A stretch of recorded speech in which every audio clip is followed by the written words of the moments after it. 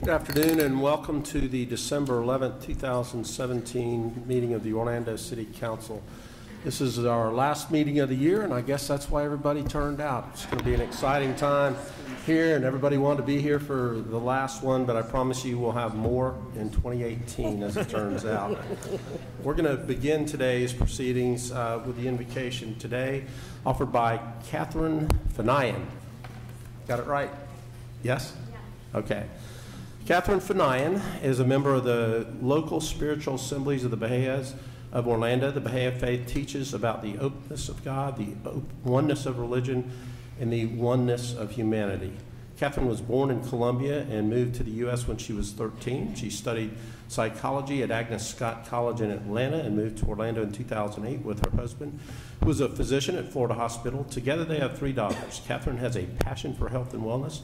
She is also committed to serving her community by hosting virtue development classes for children and devotional gatherings for her friends and neighbors in Baldwin Park.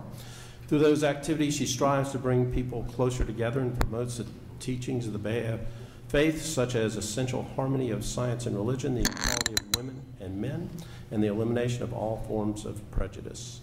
After Catherine's invocation, or readings, we will be led in the Pledge of Allegiance, led today by Commissioner Samuel B. Ings. If you'd all please rise.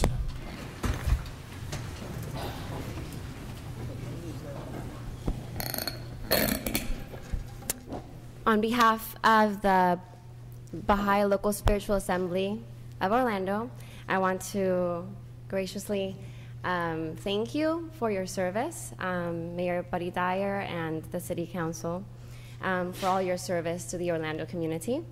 I'm a member of the Baha'i Spiritual Assembly, which is composed of 9 members, which are elected annually by the local community of Orlando. Those over the age of 21 are elected, and so we don't have clergy. So as a unit, as 9 members, we consult and talk about the administrative things that are going on in the community. And today I'll be reading a prayer that's a prayer for America that was written by the son of the prophet founder of the Baha'i faith. The Baha'i faith started in 1844 back in Persia, and now there's over 6 million Baha'is all over the world and spread into every little city, town, every nation. There's Baha'is everywhere. So this prayer is written by Abdul-Baha, again, the son of the prophet founder of the Baha'i faith, whose name is Baha'u'llah, means glory of God. And again, it's a prayer for unity in America. O thou kind Lord, this gathering is turning to thee. These hearts are radiant with thy love. These minds and spirits are exhilarated by the message of thy glad tidings. O God, let this American democracy become glorious in spiritual degrees, even as it has aspired to material degrees, and render this just government victorious. Confirm this revered nation to upraise the standard of the oneness of humanity, to promulgate the most great peace, to become thereby most glorious and praiseworthy among all the nations of the world. O God, this American nation is worthy of thy favors and is deserving of thy mercy. Make it precious and near to thee through thy bounty and bestowal. Abdul-Baha. Thank you. Allegiance to the flag of the United States of America and to the republic for which it stands, one nation, under God, indivisible, with liberty and justice for all.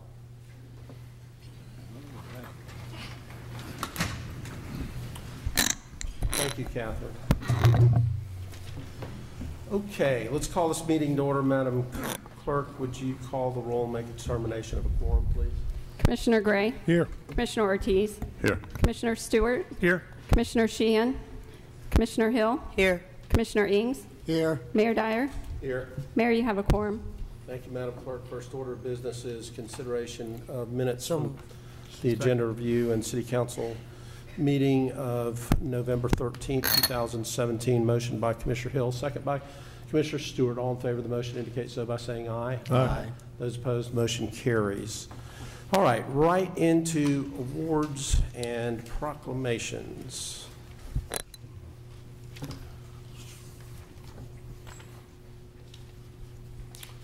Perhaps.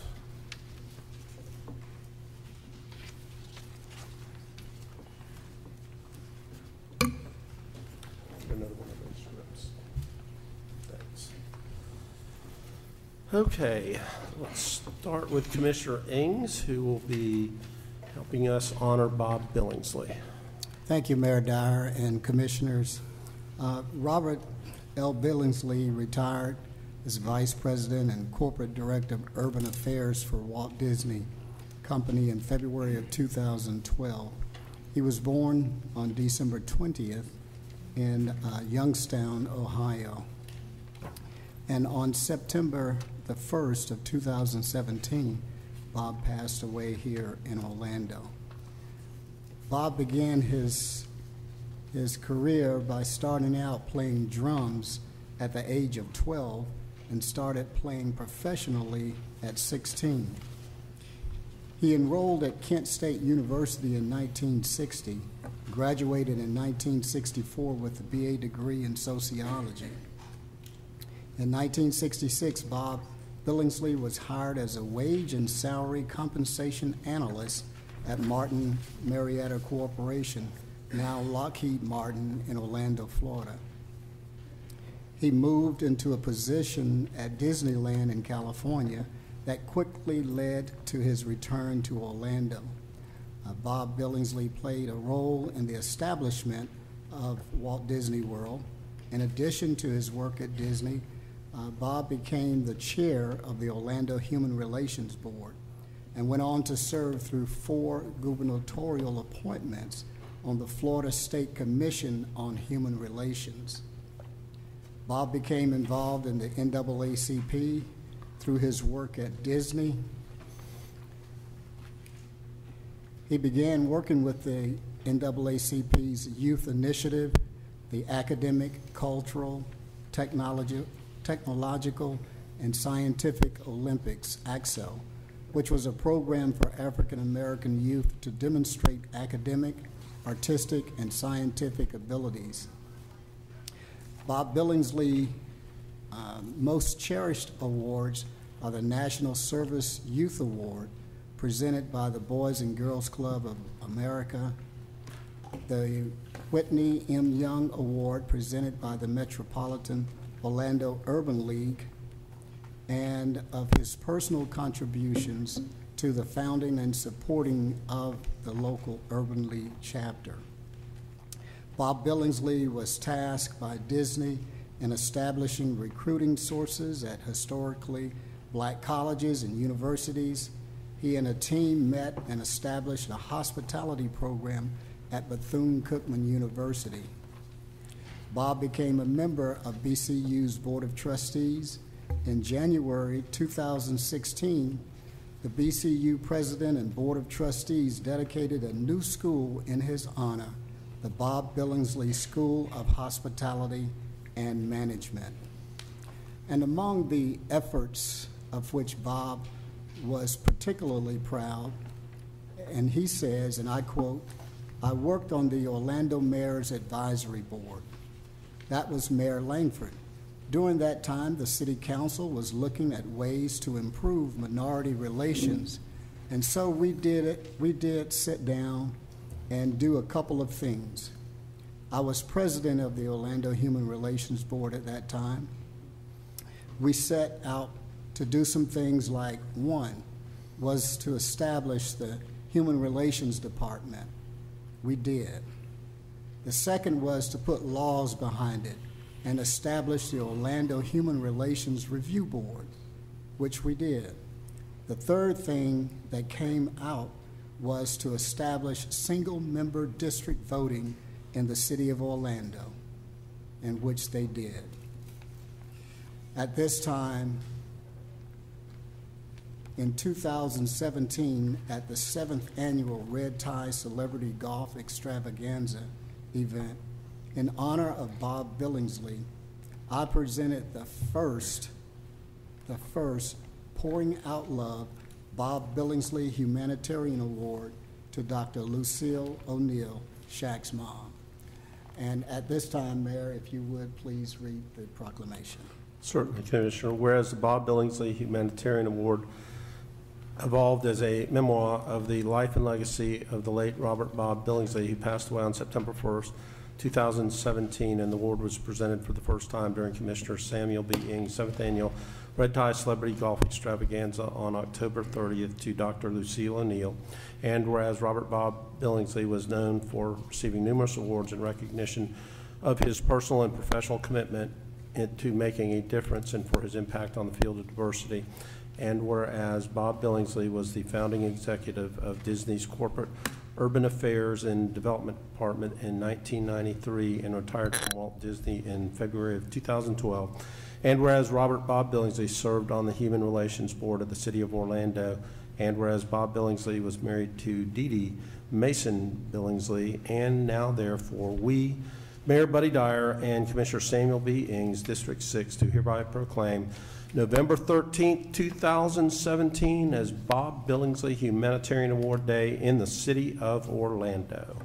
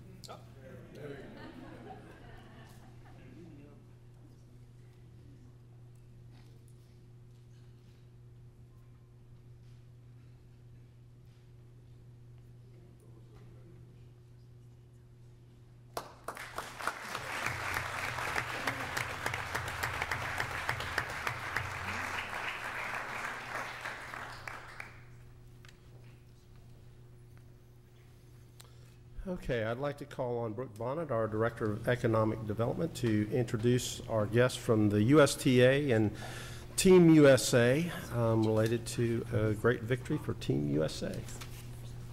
Thank you, Mayor. Mayor and Commissioners, as all of you know, Orlando is proud to serve as the home of USTA's national campus, home of American tennis. And next month, we will actually celebrate the one-year anniversary of the opening of USTA's national campus. And since that opening, a large number of events and guests have been hosted there, well exceeding original projections. But in addition to serving as the home of USTA, we are also the home of champions, specifically Fed Cup champions. The Fed Cup is the premier international team competition in women's tennis, and the 55th annual competition of the Fed Cup was held just recently this year. Team USA prevailed this year, and this was the first Fed Cup victory for Team USA since the year 2000. We are proud that this winning team was led by its captain and Orlando resident, Kathy Rinaldi, and we would like to celebrate Fed Cup's victory and Kathy today. Mayor. Thank you, Brooke. City of Orlando proclamation. Whereas ITF Fed Cup is the premier international team competition in women's tennis with the 55th annual competition held in 2017, and whereas the U.S. Fed Cup team captain and Orlando resident Kathy Rinaldi and coach Lisa Raymond provided leadership, support, and encouragement for the team's members, and whereas Team USA defeated Team Germany and Team Czech Republic to reach the Fed Cup final, and whereas Team USA prevailed 3-2 in an extraordinary Fed Cup finale, November 11th and 12th, defeating Team Belarus in Belarus, and whereas this is the first Fed Cup victory for Team USA since 2000, and whereas the City of Orlando is proud that the USTA National Campus, the home of American tennis, is located in the City Beautiful, helping to solidify our region's status as one of the country's premier sports destinations. Now, therefore, I, Buddy Dyer, Mayor of the City of Orlando, hereby do proclaim December 11th, 2017 as Team USA Fed Cup Day in the City of Orlando.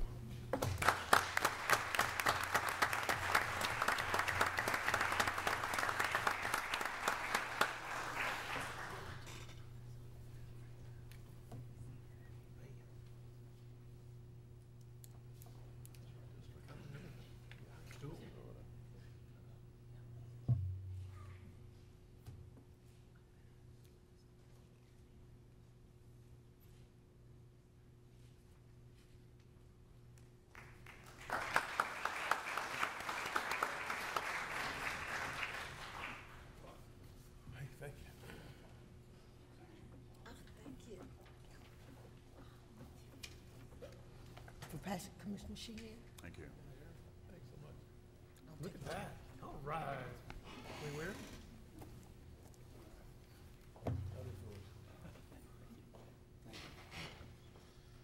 Okay, Commissioner Hill, you're up for the third one.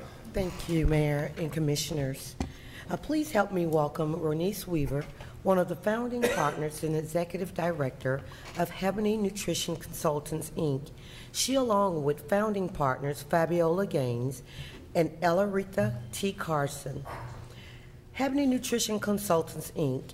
is a community-based not-for-profit agency formed in 1995 to educate high-risk, culturally diverse populations about nutrition strategies to prevent diet-related diseases.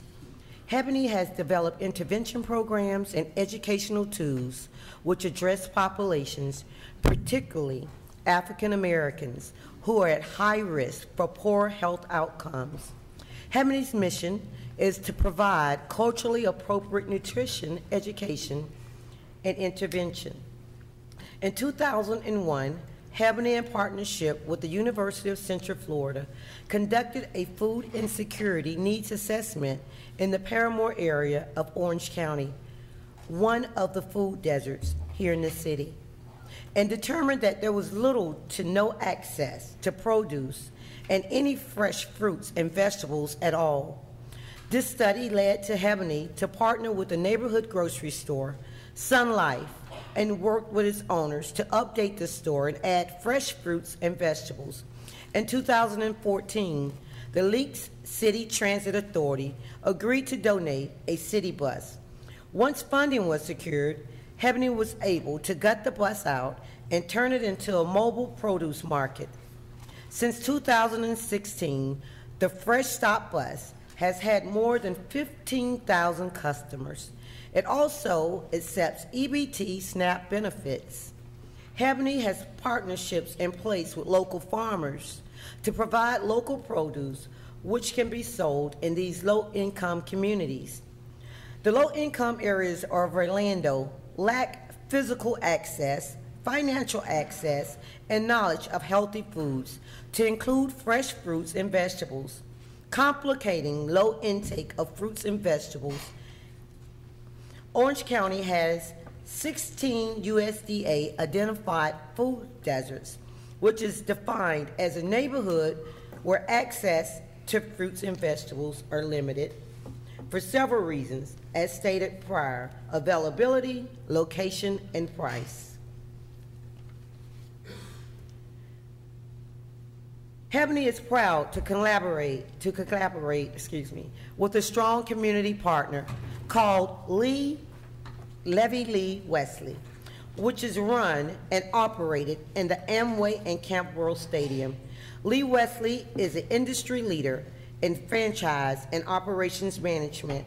They recognize the need to collaborate and partner with the nonprofit Hebony Nutrition to help fulfill the need and to close the gap in District 5 and 6 and many other designated food desert communities in Central Florida. So on behalf of the City of Orlando and Hebony Nutrition Consultants, it is with great pleasure that I bring up Ms. Ronice Weaver to recognize Levy Lee Wesley and Associates for his continual support in making sure the community needs for nutritious food is being met. Thank you, Levy Lee, for your support. Can you all come forward? Would you want to say anything on this? Excuse me.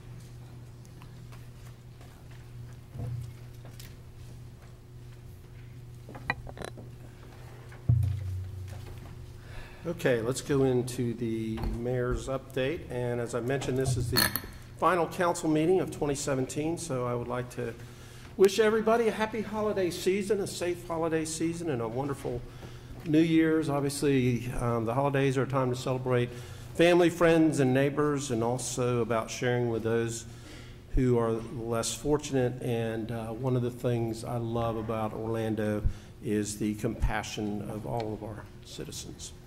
Also, continuing on the holiday theme, this New Year's Day, our UCF Knights will look to complete an undefeated season when they face Auburn in the Peach Bowl up in Atlanta.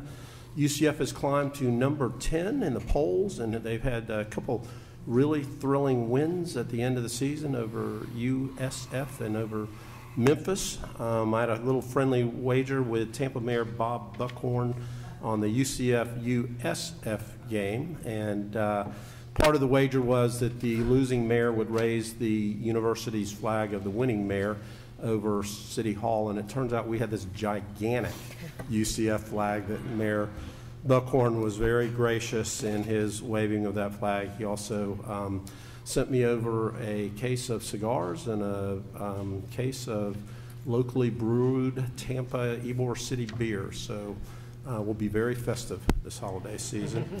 Also, we talked about being a premier sporting destination. We once again have 3 bowl games going on here over the holiday season. We have the Care Bowl this coming Saturday between Georgia State and Western Kentucky, and we have Oklahoma State and Virginia Tech in the Camping World Bowl on the 28th, and the capper is LSU. I almost said USC again. I mean UCF again. LSU and Notre Dame square off on New Year's Day in the Citrus Bowl. A couple of items of note on the consent agenda as we continue our community's healing process following the Pulse tragedy as part of the construction of a new park in Colonial Town. We're installing pavers at the designated locations bearing the names of the 49 individuals who lost their lives tragically at Pulse. Additionally, Orlando United Heart, a symbol of the tragedy, will be installed. I want to recognize Commissioner Sheehan in her absence for her leadership on this project in creating this very unique place in our community where we can remember those lives lost and honor their memories. Another item which is brings a big smile to my face is the agenda item that supports our Paramore Farmers Market, which I'm proud to announce will officially open on Saturday, January 6th, the first Saturday in the new year, the Paramore Farmers Market is a partnership with Orlando City Soccer and will feature foods grown locally in our area. And as Commissioner Hill was talking about in terms of food deserts, it'll expand food access in our West Orlando neighborhoods. And I want to recognize Commissioner Hill for her leaderships in this particular project. So thank you, Commissioner Hill. And Chris Castro, our Everything Green guy. As part of our continued efforts to make our community a safer place to walk, bike, and drive, today we're going to approve a Vision Zero resolution that commits the city to adopt a goal of eliminating traffic deaths and serious injuries by 2040, and also endorses the Vision Zero as a collaborative approach that involves all city departments to achieve that goal. That's all I have on the consent agenda or on the mayor's update, and we're going to move on to the consent agenda.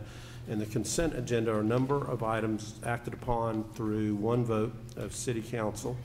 We give each of our commissioners an opportunity to comment on items from the consent agenda and update you on items that are of importance from their commission districts. We rotate the order that we do that, and today we're leading off with Commissioner Ings. Thank you, Mayor. And I'd like to say to you and the council, happy birthday to me on the 13th of this month. You know. Happy birthday to you. Yeah, happy birthday to me.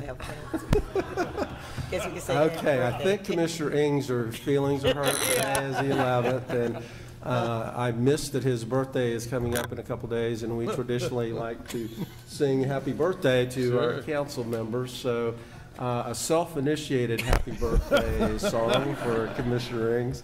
Happy birthday to you.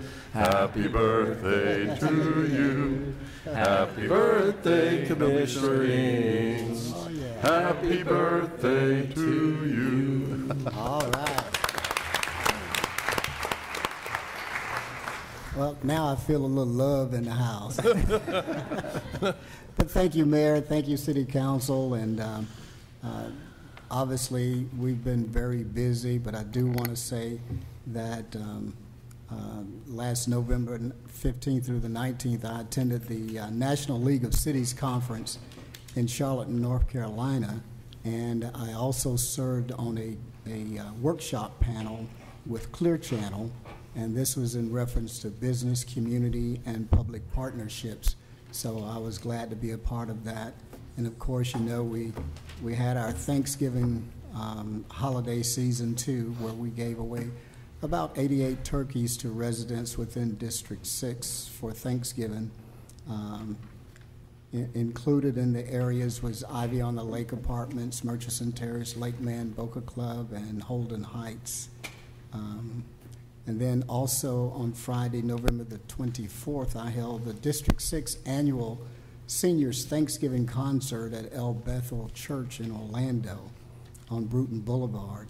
The featured artist was Bishop Paul S. Morton of Atlanta, Georgia. And other guests included Apostle J.L. Cash, featuring the prophetess Dolly, and the Heavenlyettes, Lady Drina, Lavisa Ings, and Little Master Zion Brown, and Christopher Stringer, who was the house band.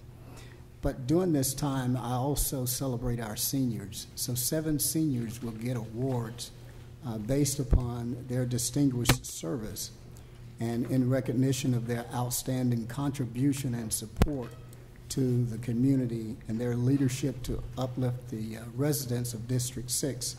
So this year's award winners were Chief Apostle Clarence L. Sellers Sr., Apostle Novice Sellers, Helen Mosley, who's about 90 years old, Dr. Ramona Bain, and Helen Hardiman, and Wheeler and Marguerite Keaton. Now, Wheeler and Marguerite Keaton have been married for 70 years, so they're 91 and 93 respectively.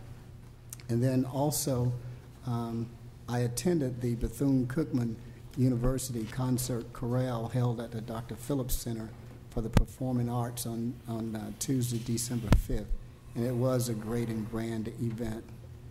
I also helped support the 15th annual What's My Anti-Drug Youth Summit, that was held at the Dr. James R. Smith Center on Bruton Boulevard on Saturday, December 7th.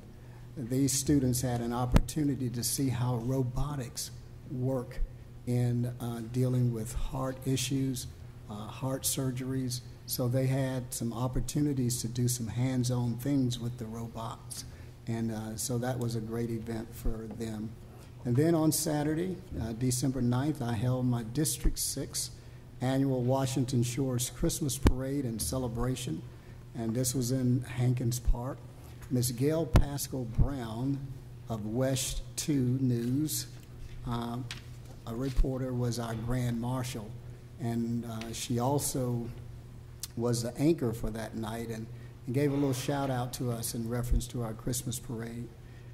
There were about 400 people in attendance.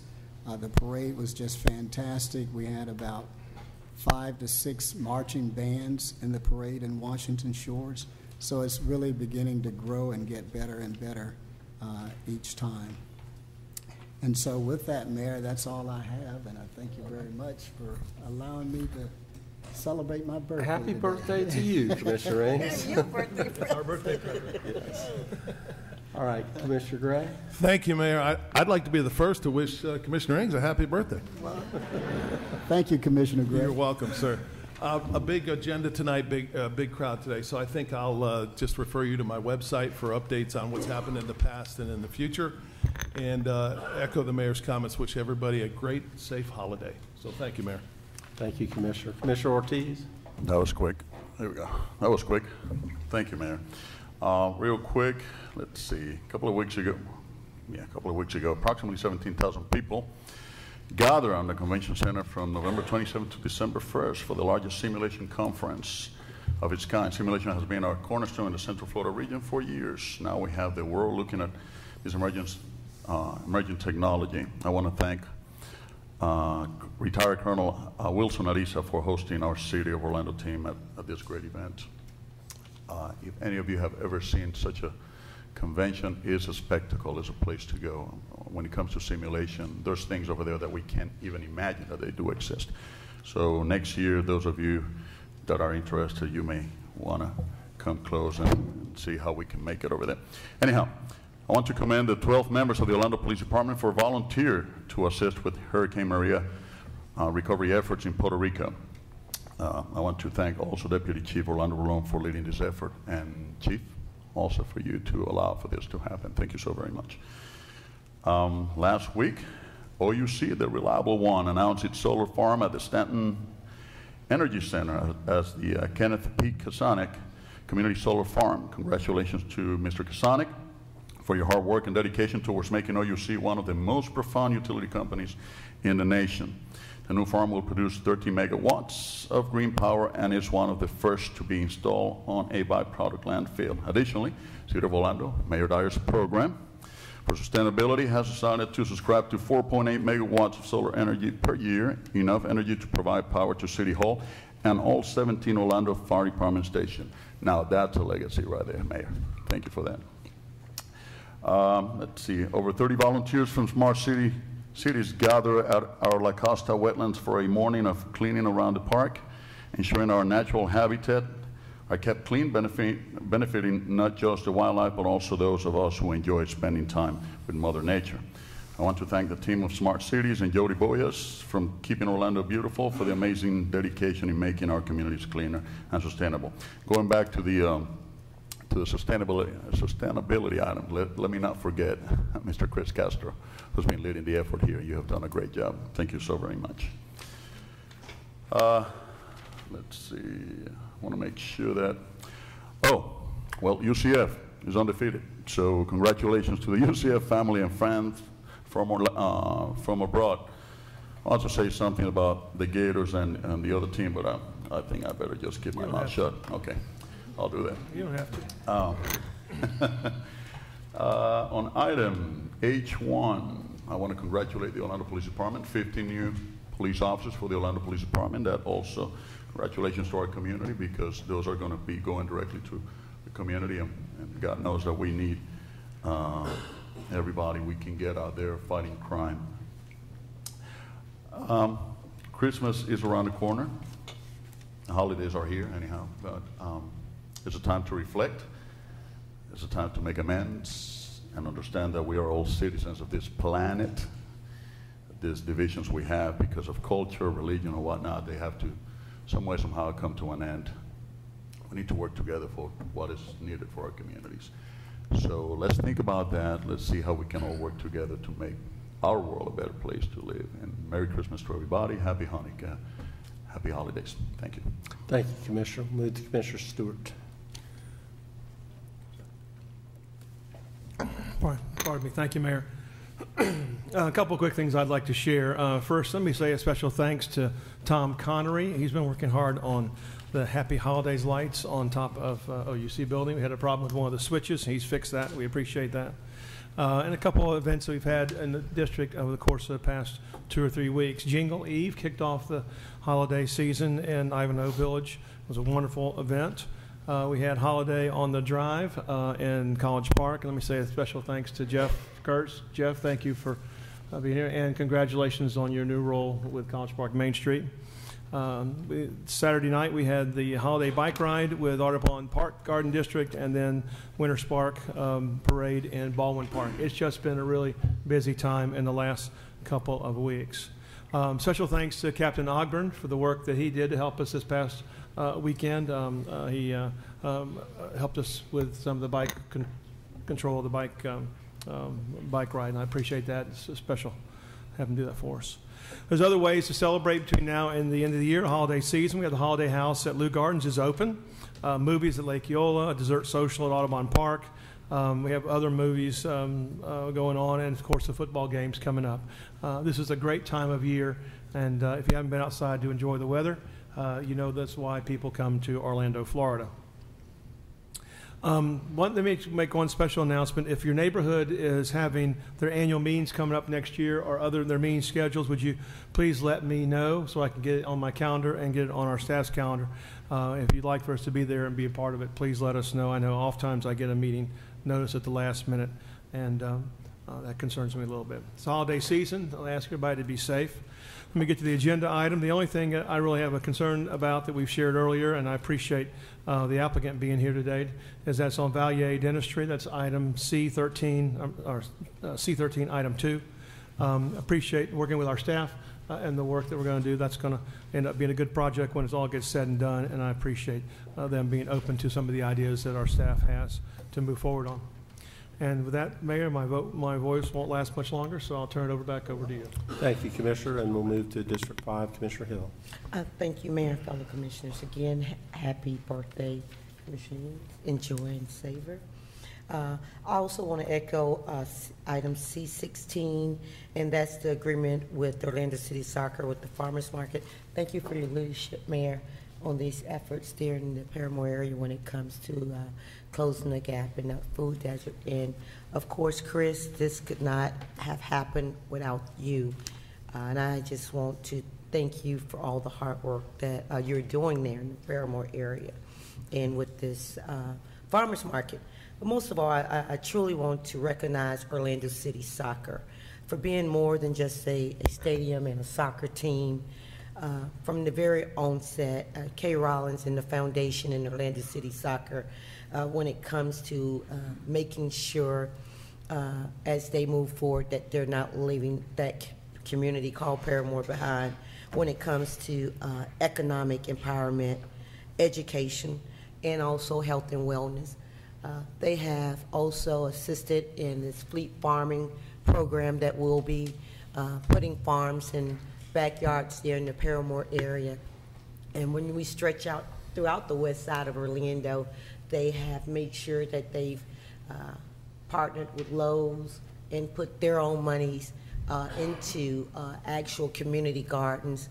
So I just want to recognize Orlando City Soccer for all their efforts when it comes to this food disparity, when it comes to fresh food. So thank you, Orlando City Soccer, for being a great community partner and stakeholder in all things City of Orlando. Also on our agenda is the CRA 4 NC 4, 5, and 17. I'm excited to see us moving a step closer to affordable multifamily and single-family housing in Paramore. Certain the beginning of 2018 is going to be monumental, and you'll start seeing dirt being turned, and also that housing agenda, Mayor, that you have been helping put together for a decade now. I'm certain that was your baby, but I'm glad to help you carry it to the finish line.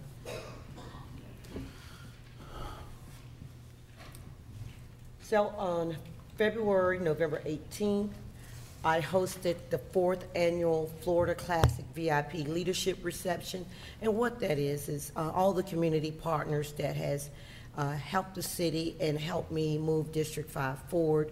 I have an event to celebrate them, and at that time, it's during the HBCU Florida BCU Classic, and we bring local and state and congressional leadership together and just network and have a good time. And I just thank everyone that came out and all those that are continuing to help me when it comes to programs and boots on the ground. So thank you all for coming out on November 18th and all the work that you're assisting here in District 5. On Sunday, November the 19th, I partnered with Marcus Brown of a Hope Dealing Mindset, that is a youth program, and we hosted a turkey giveaway with all the trimmings over in the Mercer Drive corner. We serviced over 200 families. In addition, the participants was able to enjoy a hot meal along with other community mentor programs and tutoring programs came out to offer their assistance for after Thanksgiving. Also on that following Tuesday, along again with Orlando City Soccer, Publix, the Wesley Lee entity, Second Harvest Food Bank, we were able to give over 700 meals and trimmings, turkeys and trimmings, to those there in the Paramore area, and an additional 200 more, which made 900 families in District 5 having a complete Thanksgiving meal from Paramore all the way to Carver Shores to the outskirts of Metro West. So again, thank you, Orlando City Soccer, for your 4th year helping me host this, along with Publix, Second Harvest, and Mr. Arthur Lee and his team over at Wesley Lee. And we held that at Shiloh Baptist Church, our Timberleaf Apartments, and Metro Place Apartments with our past House Representative, Mr. Alzo Reddick. So there's an upcoming event that's near and dear to my heart. This Christmas, of course, I've been partnering with Majestic Life Ministries with their Angel Tree program, which assists about 150 to 200 kids of incarcerated parents. But there's one that is going to be my annual, and it's called a Forever Family Christmas Party. And we're going to hold that on Saturday, December the 23rd from 4 p.m. to 8 p.m. And our major focus are foster kids that's in the foster care system between the ages of 12 and 18. And it was inspired one day, a couple weeks ago, I was looking at the news on WFTV, and they have this Forever Family for children that are looking to be adopted. And I thought about these kids not having a home this Christmas, being in foster care, and I wanted to do something special with them. So there's community leaders and just everyday people that have came together, and we're going to bus 100 kids in there to the Varsity Club, and Florida Citrus Sports is also helping me sponsor this event. And we will treat them like royalty. There'll be a VIP red carpet affair. They'll be there with Santa. We'll have their names on their own ornament to hang on the Christmas tree. And we'll have 4 hours of fun. And then we'll bring them back to City Hall for them to be bused back home. So we're still looking for sponsors, for stocking fillers. Even if you have a special organization to where you can help mentor them, be a buddy or a pal. I want to make sure when these kids leave those 4 hours that they still have hope, that they still have contact with the community. And maybe if they can't get a family in 2018, that they'll know that there's people in the community that will not forget them during 2018. They can have someone to reach out to. So you can reach out to my office if you want to be a part of this special event to give love, care, and good cheer to those that are in the foster system. And you can call 407-246-2005 or tanika.banco@cityoforlando.net. And with that, Mayor, that's all I have, and I'd like to motion to move the agenda forward. Motion by Commissioner Hill on the consent agenda, second by Commissioner Ortiz. All in favor of the motion indicate so by saying aye. Aye. Those opposed, and so the motion carries. All right, anybody that was here just for the consent agenda that wants to make a quick exit, now would be the time to do that.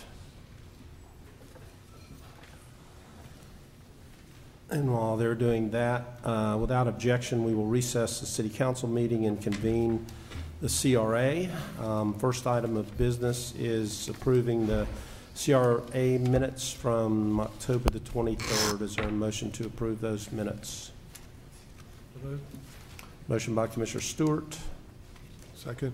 Second by Commissioner Gray. All in favor of the motion indicate so by saying aye. Aye. Those opposed, motion carries. Number 2 is the minutes from November 13th, 2017. Is there a motion to approve those minutes? Motion by Commissioner Stewart. Second. Second by Commissioner Gray. All in favor of the motion indicate so by saying aye. Aye.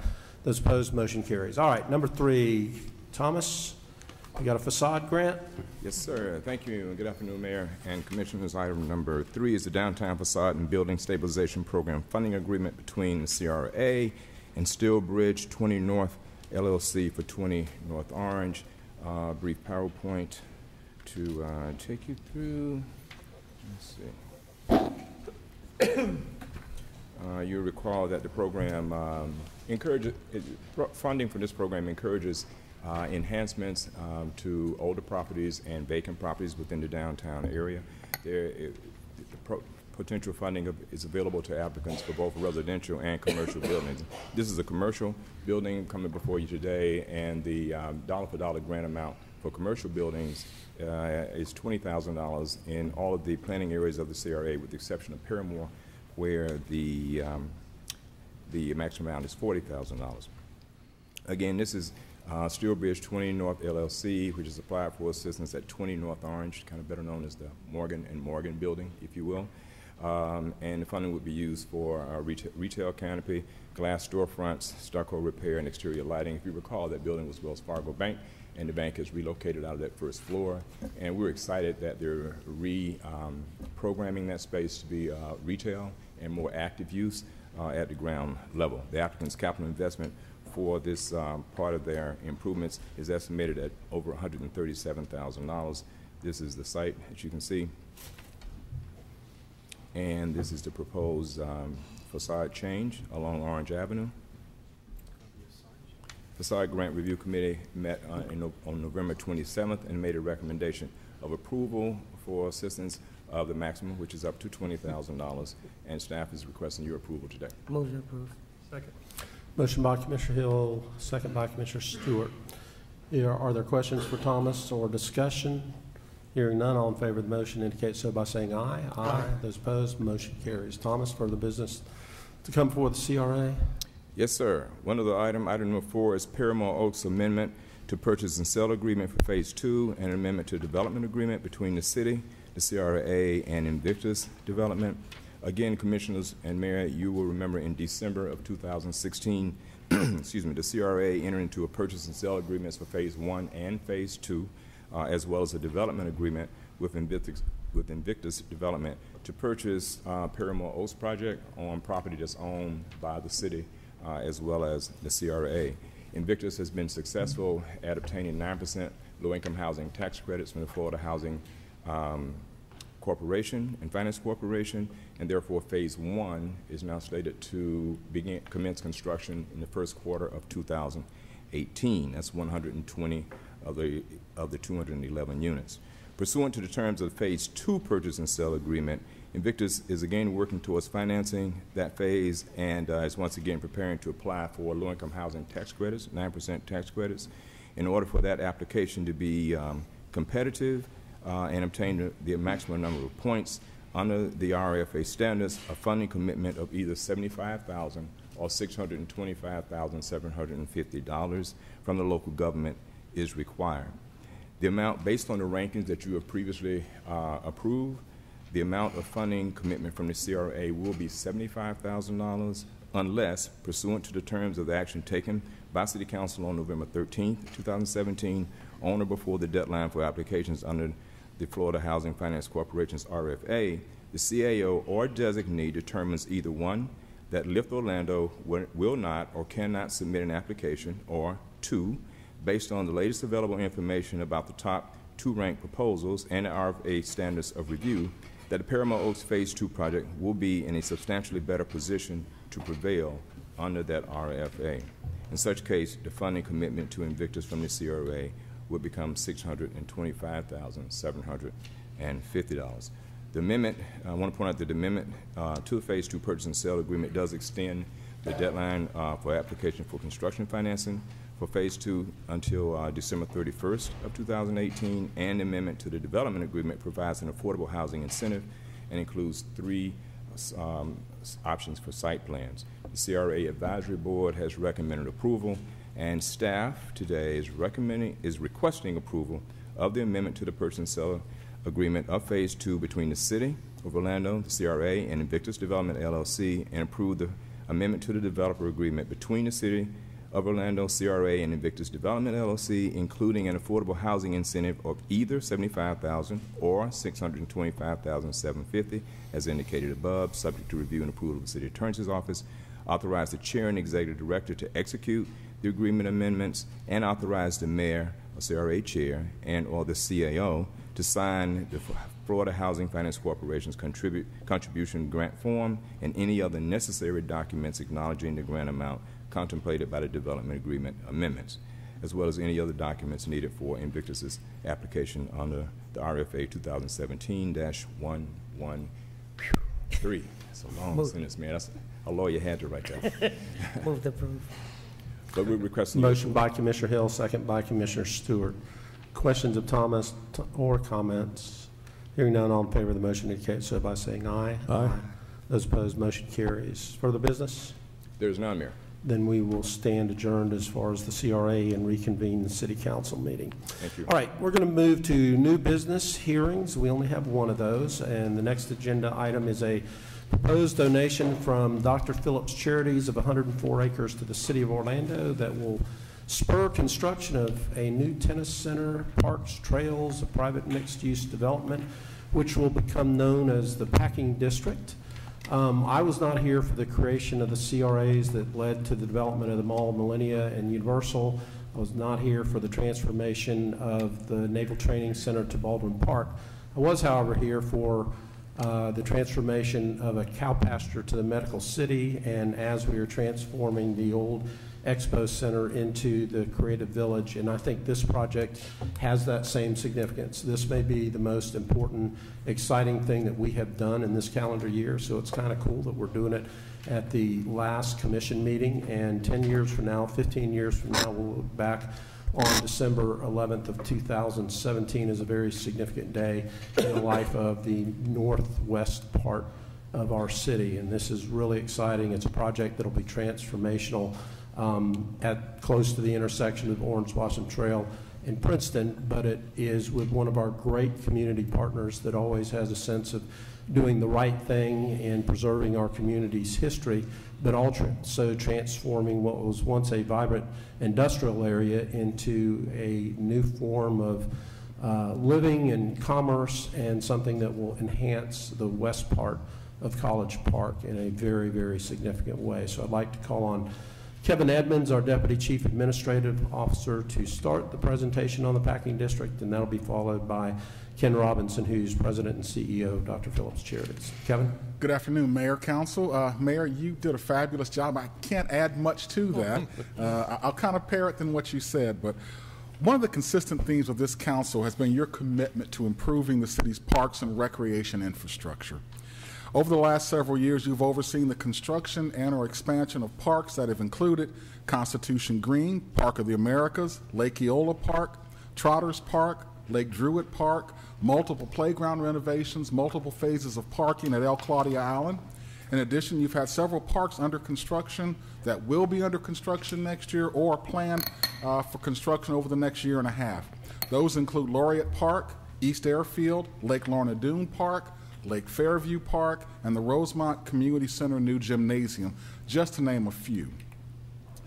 Building on this commitment, the city is looking to leverage the recently announced Dr. Phillips Charities donation of 104 acres of land to be developed as a regional park that will include bike trails, walking paths, passive areas, and will serve as the new home to the Orlando Tennis Center. This donation will be done as part of the major redevelopment of a 202-acre redevelopment effort called the Packing District, located near the intersection of Princeton and Orange Blossom Trail. As the mayor stated, this will be a transformative project for this area and will preserve and recapture the area's history while preserving and providing a vibrant base for living and commerce in this underdeveloped industrial area. In addition to over $151 million in new general fund revenue for the city, it will also serve as a model for adaptive reuse that will encourage quality infill development. This afternoon, you'll receive a project overview from Ken Robinson, President and CEO of Dr. Phillips Charities, and our own Chris McCullion, who will review the key financial elements of this particular project before you vote on the grant and infrastructure agreement. So with that being said, Mayor, I'm going to go ahead and bring Ken Robinson up and let him start the presentation on this, as you stated, this transformative project that's very similar to the type of project they came across as far as Baldwin Park in the late 90s and 2000s, but also, you know, this really sets the stage for the kind of development that we're seeing out in Lake Nona, because it's important for the city to have a mixture of housing stock. And once again, this type of quality infill is so very important to our community and to our city, because it ensures that we are able to grow, provide a variety of housing types for folks willing to live and work here. So with that being said, Ken? Thank you, Kevin. Welcome, Ken. Thank you, Mayor and council members. Thank you for having us here today. Commissioner Ings, happy birthday to you. Thank you, sir. Sticking to the theme. My name is Ken Robinson. I serve as President and CEO of Dr. Phillips Charities. We are very excited about the opportunity to be in front of you today and to present the message that our Board of Directors has sent me here to do. Our Board Chair, Jim Ferber, is here. Jim? We believe the proposed grant and infrastructure agreement offer the city and Dr. Phillips Charities an opportunity to make a long-term investment to build a community, and that's what Dr. Phillips has been doing for 100 years here, right into this community. Let me offer some insight into these plans, and we've got a presentation we prepared. It's not as good as the Dr. Phillips Center did today, but it's going to suffice. Probably the best way to start is to talk a little bit about who Dr. Phillips Charities is, and that might give you an insight into why we're interested in doing this. And we've been in Central Florida since 1902. We are a nonprofit. 100% of what we touch is nonprofit. The areas that we support are health, education, youth, and arts. And when we start talking about the Packing District and we start talking about the park, you're going to see those areas really come into play within it. So far, this organization's given away $180 million, and we average about $8 million a year. Next year, we'll touch $200 million, which will be an exciting time, hopefully next year. And maybe the most important thing is that we focus here in Central Florida. 99% of our giving is all in Orange and Osceola counties. That gives us the opportunity to really make a difference inside of a community as opposed to spreading it all over this country and allowing it just to be so shallow. Here, we can make an impact. Our investments in real estate generate much of the revenue that we put back into this community. We invest in real estate and we invest in equities like everybody else. The real estate is the real driver. We think we can do two things with the real estate. One is we can put into place items that are necessary inside this community, health items, other programs that make a difference. And it can provide that stable return that allow us to continue to gift back inside this community. We've got a legacy of responsible development. We are long-range planners. We think about putting in place today what the community's not going to need today, but what it'll need 5 years from now, 10 years from now, 20 years from now. That's the principle. We want to make sure we're mindful as we do that that we get a stable market return so that we can continue to put the hard dollars back in the community in the way of grants. And again, giving is a big part of what drives our purpose. Currently, Dr. Phillips holds 84 acres. We have 700,000 square feet of space at the intersections of Princeton and Orange Blossom Trail. That is a historic Dr. Phillips properties. We've owned that since the 1930s. And that property was annexed into the community, into the city of Orlando back in 1996. You won't find within 2 miles of a major downtown city anywhere where one organization owns this much acreage. And we think it's an important distinction in the sense that there's a lot of responsibility that goes with looking at what this should be in the future. I told you we've had this property for a long time. This is back a photo from 1938-39. And what you'll see there is off to the right in the orange groves, that's College Park that you see today from 1938. And the road Princeton comes into Orange Blossom Trail and dead ends. And as you can see, there wasn't much west of Orange Blossom Trail at that moment in time. All the buildings you see there were the second area of development that Dr. Phillips did for his citrus operations. Originally, it was in the Dr. Phillips community. Then he also built packing houses. He built cold storage, a boxing plant, and a canning plant out there. Later on in the 50s, it became one of the very first industrial projects here in Central Florida and was commonly referred to as Fair Villa. And Dr. Phillips started building buildings for other organizations like Sears and Roebuck and national corporations to bring them into Central Florida. We started planning this probably 2 years ago, starting a long-range plan cycle on this. And when we're done with this project, specific to our 84 acres, we'll probably have invested ourselves and with other organizations that will come into it close to $500 million. That is a significant impact to the tax rolls of this community. And we're also looking at a 100-acre park. When we think about the packing district, and you look at that specifically, we're not here to ask for any entitlements, any change in zoning. All of that is in place. We have the ability to go develop as needed. What we're talking about is a long-range vision into a park and some infrastructure.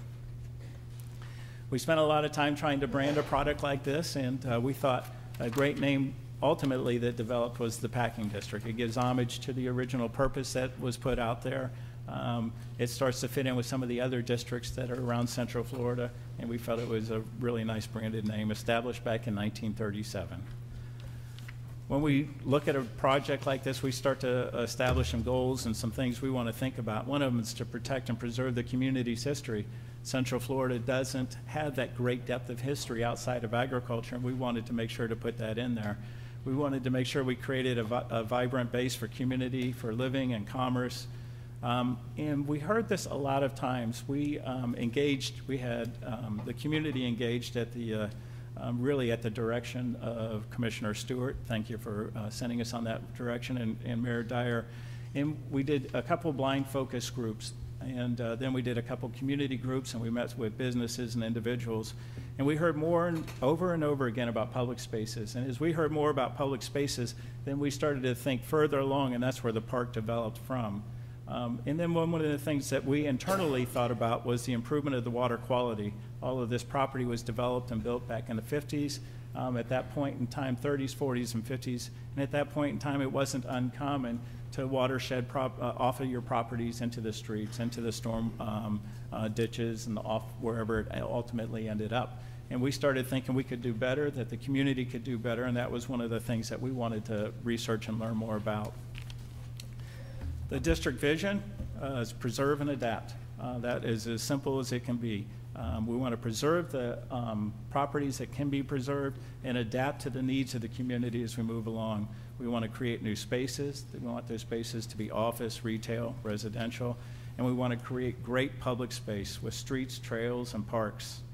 You'll see an overlay. This kind of starts to bring in the district as well as a park that we'll talk about in a second. Some historic buildings. These are some buildings that were built by Dr. Phillips back in the 40s, 50s, and 60s. Still, my ongoing favorite is on the bottom left. You'll see an old roadside fruit stand that was right at the northwest corner of Princeton and Orange Blossom Trail. Dr. Phillips was a wonderful marketer, and if you came down from Ohio or Michigan and came into Central Florida, you had to go by Dr. Phillips' property, and I'm pretty sure he extracted a toll of making you buy some orange juice on the way out. When we talk about adapt, what we can adapt, this is our original box building. This was built in the 1930s. We call it the Southern Box Building. It's 20,000 square feet. It still sits today on Orange Blossom Trail just south of Princeton on the east side.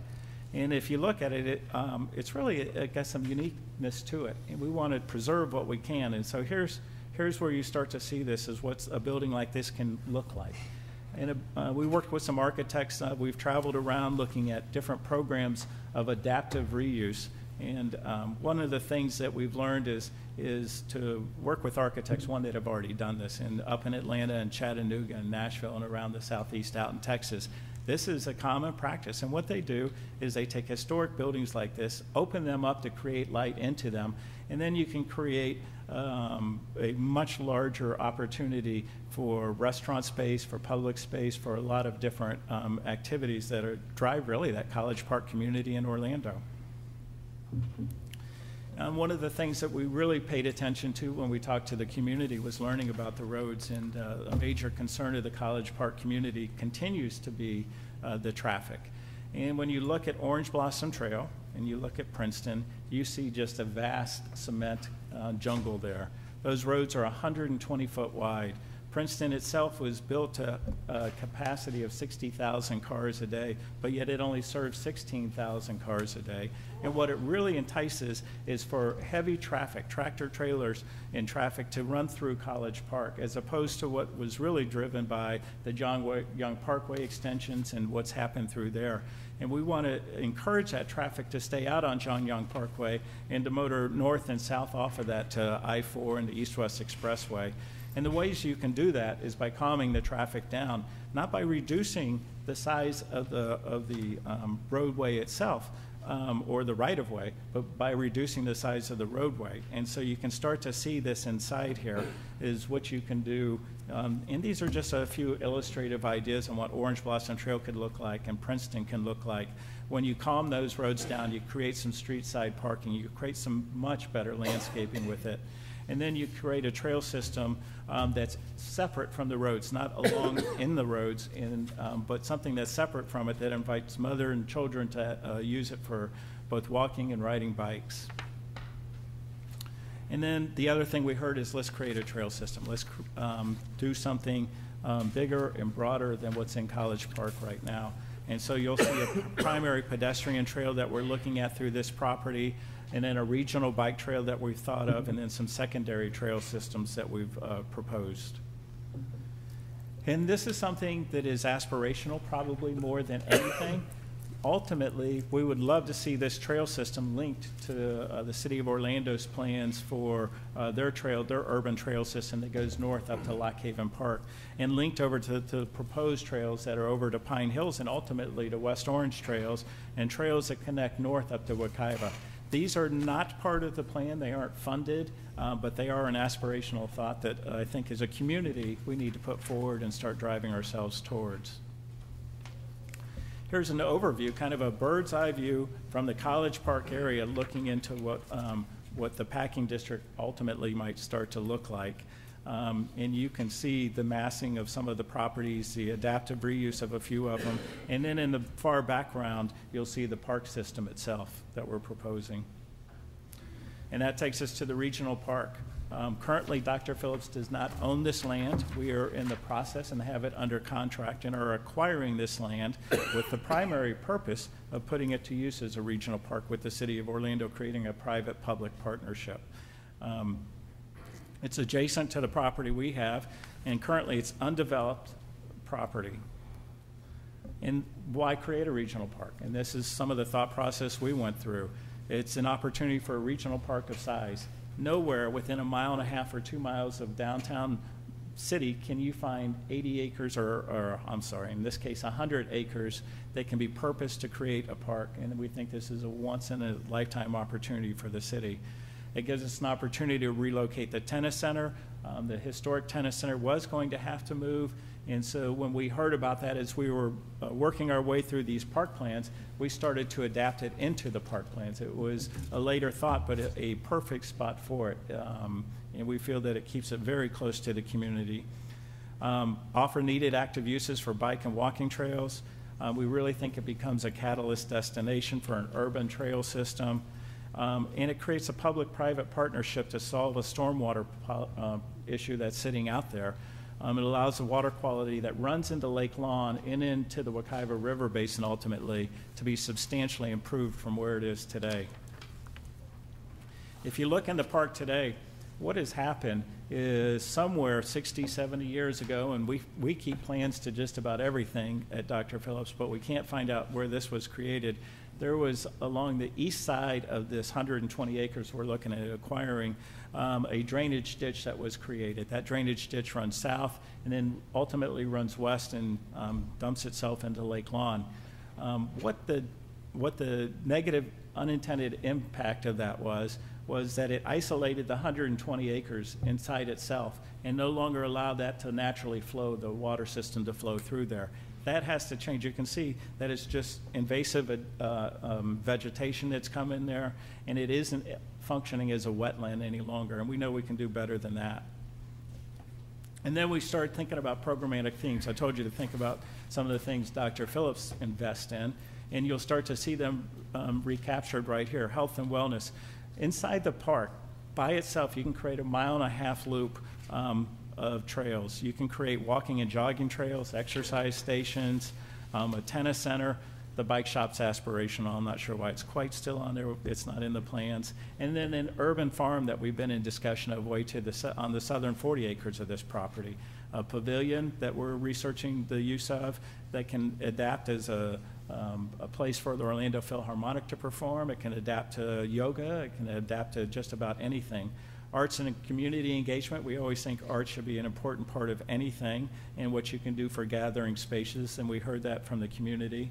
And it can become a wetlands educational farm that can go through there, as well as the farm system that can be there. And then more than anything else, performance and sustainability. It's something that improves the environment that we're dealing within. We studied what goes on in different cities, great cities around this nation, and looked at some of the parks that have been created, what you would call urban inner city parks, and have learned from those. And inside this park, circulation becomes a big part of it. The primary trail system that we talked about a little bit earlier creates, if you look at the orange loop within the park itself as a 1.5 mile loop all on its own, then you have the secondary trail systems. And all of those start to adapt and come back towards College Park.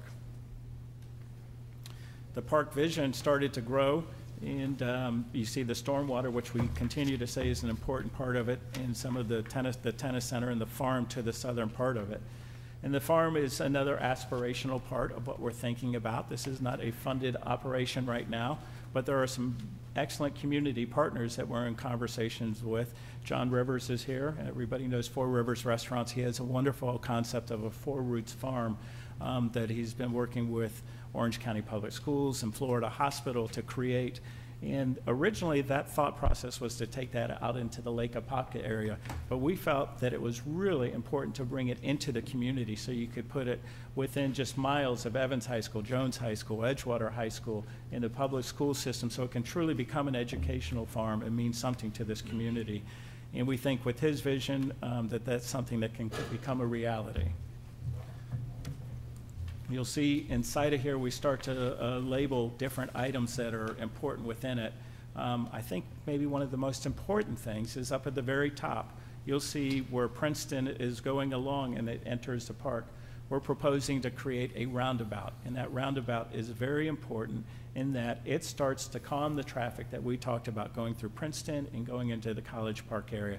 It's an identifier that you've reached a new area. It's an identifier that we listen to the community about traffic and that we want to be part of the solution of that traffic. You'll see the tennis center down there. This tennis center is a replica, in a sense, of the number of courts that are currently at the historic tennis center downtown. It's 16 courts.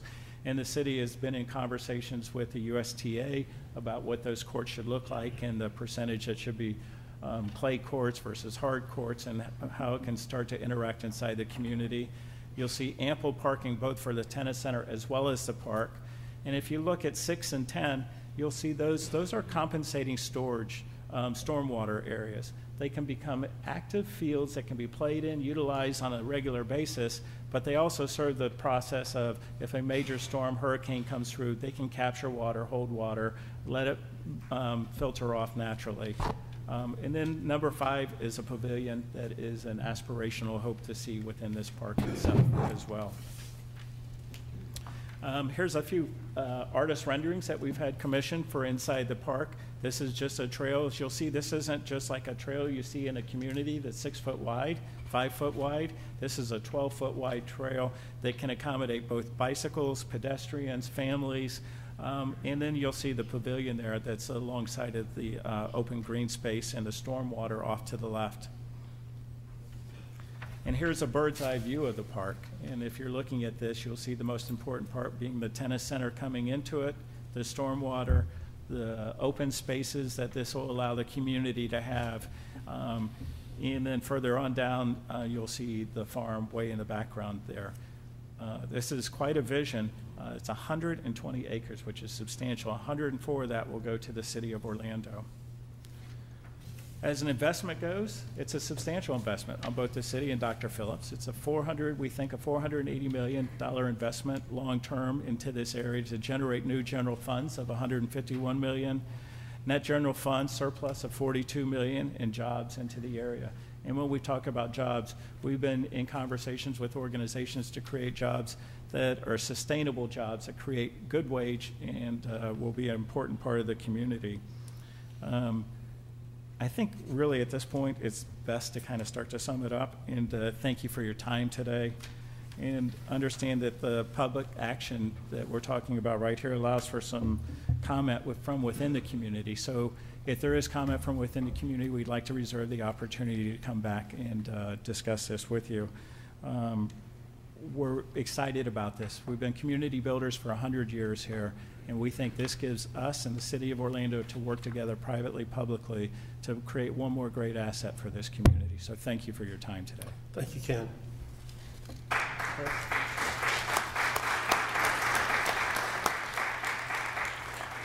Ken. Good afternoon, Mayor and Commissioners. We'll come back to questions. There are 2 agreements on this agenda item. There's a grant agreement and an infrastructure agreement. Both of those agreements commit the city to make various public improvements over the next few years. I just want to take a couple minutes to detail the cost of those, and then I'll close with a slide about the economic impact of the general fund of the Packing District Redevelopment Project. This table lists the public improvements that will be made on and around the site of the new park. We have starting with the land acquisition, which will be paid for by Dr. Phillips Charities, which I'll talk about on the next slide. They're also paying for the conceptual planning. Some of the renderings you saw now and the master planning for the park is being paid for by Dr. Phillips Charities. Second item, the city will construct a 16-court tennis center with parking and restroom facilities. This will serve as the new home of the Orlando Tennis Center, which we previously committed to relocate as part of the Creative Village redevelopment plan. Third item are park improvements. The city will be making various park improvements, including bicycle and pedestrian trails throughout the park. And the city will also make road improvements, as Ken discussed earlier, to Princeton, OBT, Texas, and New Hampshire. And lastly, the city will construct a new stormwater system to collect and treat stormwater runoff in this area. The total cost for the land and public improvements is approximately $38 million. To protect the city, we have included the requirement for a third-party cost estimate prior to closing on the real estate transaction. If the cost estimate exceeds the budget for these items, the city and Dr. Phillips will come back to the table and renegotiate the scope of the public improvements. This next slide shows the proposed funding sources for the public improvements. First section itemizes the Dr. Phillips Charities contribution. Dr. Phillips Charities will acquire the park parcel for approximately $5 million and convey it to the city. They will also pay for the park conceptual planning, which will they'll also contribute to the stormwater pond and to the road improvements. So the Dr. Phillips Charities contribution to the public improvements is over $8.5 million.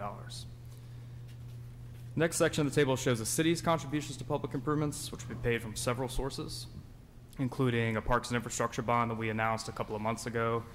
These bonds will also include projects like the Lorna Doone Park improvements, the Grand Avenue School renovations, bicycle and pedestrian improvements around the city, improvements to the Rosemont and Dover Shores neighborhood centers, new fire stations, several other improvements citywide. Second funding source is the city's stormwater fund, which will pay approximately $7 million for stormwater improvements. And lastly, for the road improvements, we'll use a combination of transportation impact fees derived from the packing district redevelopment, as well as other road construction funds.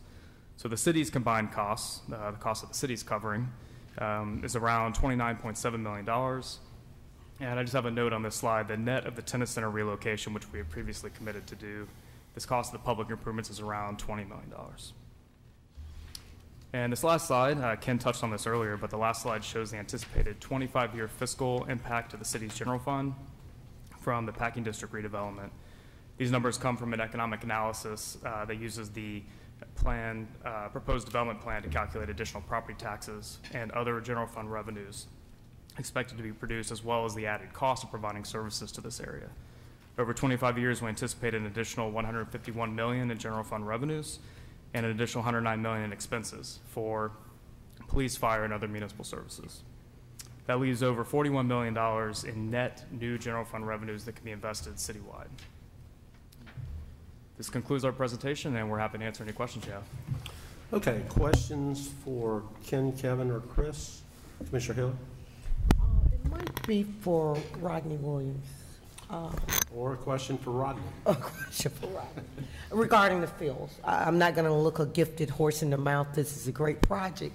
I only have two concerns, of course, you know, Mayor, near and dear. Those tennis courts are to me, but as long as we can replace some there in Paramore, either at Lake Lorna Doone or Grand Avenue, I'm fine with that. But I do have some questions because I keep hearing College Park, but I haven't heard Mercy Drive, which is a couple of blocks away, about 2-mile radius. And are we going to be able to utilize those fields? Because I know there's a shortage, inner city fields. And are we there in the inner city west side or in the city of Commissioner, Orlando? I can answer that for you. The park would be a city park, and all the amenities that would be there would be city amenities available to any of the residents of our city. The children that are along Mercy Drive are certainly residents of the city, so those fields and tennis courts and anything else would be certainly be accessible. And actually, and as the crow flies, they're probably closer than a lot of the kids. The College Park, exactly. So that's what I would hope, that as this project moves forward, not only are you listening to those in the College Park and giving them, maybe we can shift it a little bit west and also speak with the residents and get some of their opinions. We're in the midst of a Mercy Drive comprehensive plan, and maybe some kind of way we can coincide that with this new well, and I would think that we could certainly coordinate with the Northwest Community Center for programs that are beneficial to both places. Thank you. Kevin? Mayor, you're exactly right. This is going to be a unique opportunity for us in that Rodney and his team have already started to do programming for the folks on the Mercy Drive corridor. And this is going to be a unique way for us to be able to really reach out to those neighborhoods also, because we're making quite an investment in that area based on the former Fannie Mae properties, things of that nature. So, you know, Rodney's team has no problem transporting things of that nature. As a matter of fact, you know, they're already currently doing a tennis program for the folks on the Mercy Drive corridor there. So I think that will work out very nicely, and we did commit to work with Commissioner Hill to find other opportunities in the Paramore area and things of that nature to try to relocate that, so to make sure that there won't be any gap in services. If nothing more, we'll try to enhance service for these areas. Great. Commissioner Stewart, then Commissioner Gray. Great, thank you. Let me kind of follow up with you, Commissioner Hill. Part of the challenge that we have is we don't have a final hydrology report about what we actually can put there. So the fact is that some of these items may shift and may move around based upon what the hydrology allows us to do. But the idea of access to all of our city residents has never been a question in anybody's mind. But it may not be 4 fields, it may be 2, it may be it may be stacked a different way. All those kind of things are all still up in the air based upon what we find out from the final hydrology report. I think if that's not, is that correct? Yeah. Commissioner Gray? Well, I'm not Mayor. That wasn't a question anyway. No, that was just, I just was kind of giving the intro to make sure I followed up with what you said. All right, Commissioner Stewart. All right, let me, I do want to ask one question. That is, one of the challenges as we move forward, and I guess probably Ken and Kevin, I guess, asked this question. I'm really excited about what's going on because I think it's really a great compliment on a variety of ways and many different levels. But there's a lot of discussion and talk around the community about what's going to go actually there. As those things develop, how does the community get notice or input? I mean, how is that process moving forward as we bring buildings online? Great question, Commissioner. As you know, the city, we're not short on process here. We like stakeholder and public involvement. As this parcel develops, it will go through the standard processes that we always go through. FPR board, municipal planning board, coming to city council. In this particular one, based on some conversations that you and I had, I can see this being set up so that the FPR board can do some extended outreach and really kind of, I'll use the word charrette, but not really charrettes, but because of the hydrology, there's going to be some limited uses on things that will fit there better than other things. But I think those are kind of things that are going to come out during the FPR board approval and also the MPB, and we'll be more than happy to keep the council involved in that, and also keeping citizens citywide involved in that process, because the FPR board serves the entire city, just as this park will be a regional park for serving the entire city. So those type of things something that we've definitely thought of based on the comments that we've gotten from the commissioners over the last week and a half. So. Now, as we move forward, one of the things I had recommended as well is to bring a citizen group together that would provide input, kind of a, I guess, much like you would like Commissioner Hill, kind of a new, fresh look at it, as well as complementing what things that we can do. The question that everybody always asks me is time frame. So I think that we talked a little bit about when's this project going, when can we start? Because the master plan approval really does cover the park itself based upon some things that are going to come forward. But the entire area, so as I've heard a couple of presentations, so the idea of the tennis center needs to be open, is that correct? Open in 2 years, am I understanding that's correct? That's correct. I'll deal with that question really in two ways. Ken can probably respond best to the development of the area. Right. I can respond to you, though, based on that park area. Once Dr. Phillips, even though they won't take ownership of the property until February, and they'll close on it in February, we'll move that quickly as we possibly can once we get it. We have already started looking at design concepts and things of that nature for the tennis center portion of it. So we're going to move rather quickly on that. Originally, we wanted something to happen early and have the tennis center completed by in early 2020 to kind of coincide with the Creative Village takeover and things of that nature. Good. That will also involve a process that we'll get input. What we're looking to do on that particular one is basically have a concept design put out for conversation, for talk.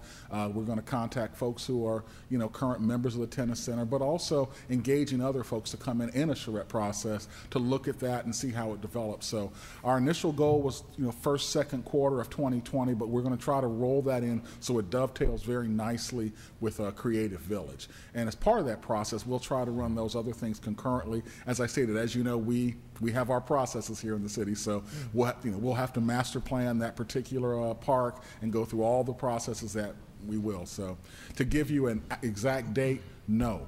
But as far as the new tennis center and where we're headed, we want to get that done as quickly as possible in early 2020. I think, Ken, you've mentioned, before, it's 5 to 10 years. So we're really looking at something that's long-term, which is very appropriate for Dr. Phillips Charities. Yes, sir, Commissioner. As you look at the district, the properties, we own the 84 acres. It is a long-term, slow process to make certain that what we put in there is commensurate with what's around the community within. So it's probably 5 to 10 years. We'll start from the east, work our way to the west. Good. Thank you very much. And there was one other question I had. I'm trying to think of where it was. You gave me a great answer, Ken. You kind of caught me up between. But I want to say how much I appreciate your work, your commitment, your willingness to listen to the community, and see how this has evolved. Has been a wonderful compliment to your work and the planning that you guys have already done. And we appreciate that as part of the gift that you guys have given to us. Thank you, Commissioner. Thank you very much. Commissioner Gray. Thank you, Mayor. And I wanted to share a couple of thoughts here because I think the comment earlier about the fact that this project is transformational for the city is absolutely appropriate. This is transformational. And as I looked at it, I really focused in two areas. Of course, I'm always looking at the economics, and then the second part was sponsorship. You know, as far as economics, I just wanted to share that I'm convinced that our team, as well as Dr. Phillips' team, have scrubbed the numbers. We've identified the costs, not nailed down to the exact nickel yet, but we're on top of it. I'm comfortable we are. And so we've got not only the ability to fund it on the front end, but certainly through increased tax revenue, the ability to maintain what we build. That's always a key. You got to maintain what you build. And I'm comfortable with that. The second part that I think is extremely important is when you do a project of this size, you've got to partner with a sponsor that has the staying power. We know there'll be challenges, there'll be things that don't work out like we expect them to. And you need to have a partner that's going to be there with you to make sure you can figure it out. And I think we're extremely fortunate to have a partner like Dr. Phillips in this community that we know will be here for the long run, and they won't cut and run when we run into a challenge. So I just wanted to weigh in and say congrats to not only Dr. Phillips, but our team. Our team's done a lot of work here, and I've spent some time with them, and I'm convinced that our team's on top of it. So I fully support it. Thank you. Great. Thank you, Commissioner Gray. Okay, Madam Clerk, do we have any requests for appearance by anyone from the public? I do not. I'm going to open this as a hearing. Is there anyone that would like to speak on this? And I'll close the hearing portion, and we'll go into discussion. Let's see. Why don't we, Kyle, can we vote? Can we do a joint motion? A single motion can dispose of both items if you want. Commissioner Stewart, you want to do the honors on that? Yeah, I'd like to say, in making this motion, how thrilled I am at what will happen in the course of the next 10 years. The mayor's right. We're at these transformational moments, and I'm going to be able to look back over my lifetime and say this is something that's happened that's unique and different, and we'll be able to look at that throughout the country. So with that in mind, I'd like to move both agreements. Is that correct? Yes. Both agreements. The grant agreement and the community infrastructure agreement. Correct. Okay, motion by Commissioner Stewart. Second. Second by Commissioner Hill. Is there a discussion? Ken, thank you for the presentation, and I would also like to say quality of development and everything I said at the very beginning I want to reemphasize, but also the quality of the interaction with the community. We've had a few large-scale projects where the developers have not been in constant communication, so that information that gets out there may not always be accurate, or the community public does not feel like they were involved in any way in shaping the project. And I feel like the community has had an opportunity to help shape this particular project, and hence that's how the park, the thing we're voting on today, actually came about. So appreciate that, and I know that your organization will continue to be inclusive and transparent as we move forward, as will we, and we're excited about the opportunity to develop this park and to be in partnership with Dr. Phillips. With that, all in favor of the motion indicate so by saying aye. Aye. Those opposed? And so the motion carries here on December 11th, 2017. I think that deserves a little...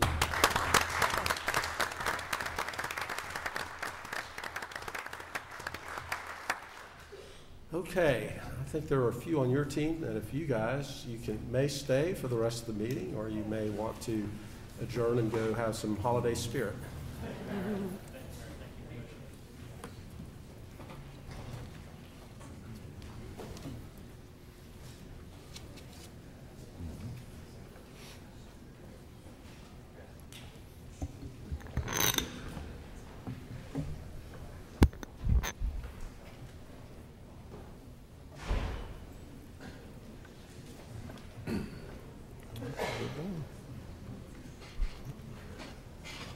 Okay, that brings us to hearings, ordinances on second reading. Let's go with number one, Madam Clerk. Ordinance 2017-64, an ordinance of the City Council of the City of Orlando, Florida, relating to street pole banners, amending Section 64.321 Orlando City Code, creating the Milk District Banner District, providing for severability, codification, correction of Scrivener's errors, and an effective date. So moved. Second. Motion by Commissioner Ortiz, second by Commissioner Ings. Is there anyone from the public that would like to testify on this matter? Discussion among commissioners. Hearing none, all in favor of the motion indicate so by saying aye. Aye. Those opposed, so the motion carries. Number 2, Madam Clerk. Go ahead and read that one.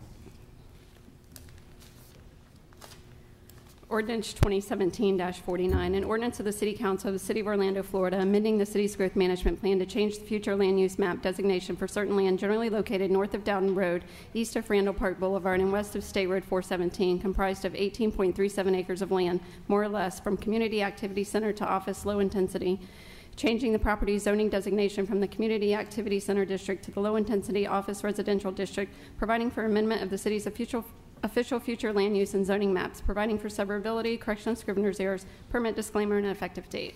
Okay, at agenda review meeting this morning, we talked about deferring this item because there were a few transportation items that we wanted to do a little bit more work on. Commissioner Gray, do you have a motion to defer this to the January 8th? I would make a motion to defer to the next council meeting, January 8th. Motion. Second. And a second. Mr. Willard, I'm going to give you an opportunity to speak, even though the motion is to defer, not to vote on the ordinance. Thank you, Mayor. Good afternoon. My name is Jim Willard. I'm the applicant here on behalf of several parties, actually. The landowner, Colonial Property Services, that owns a 33.5-acre parcel of land that is under contract for purchase and development, of which the subject portion that we're talking about today with this rezoning ordinance constitutes roughly the north 18 acres of it.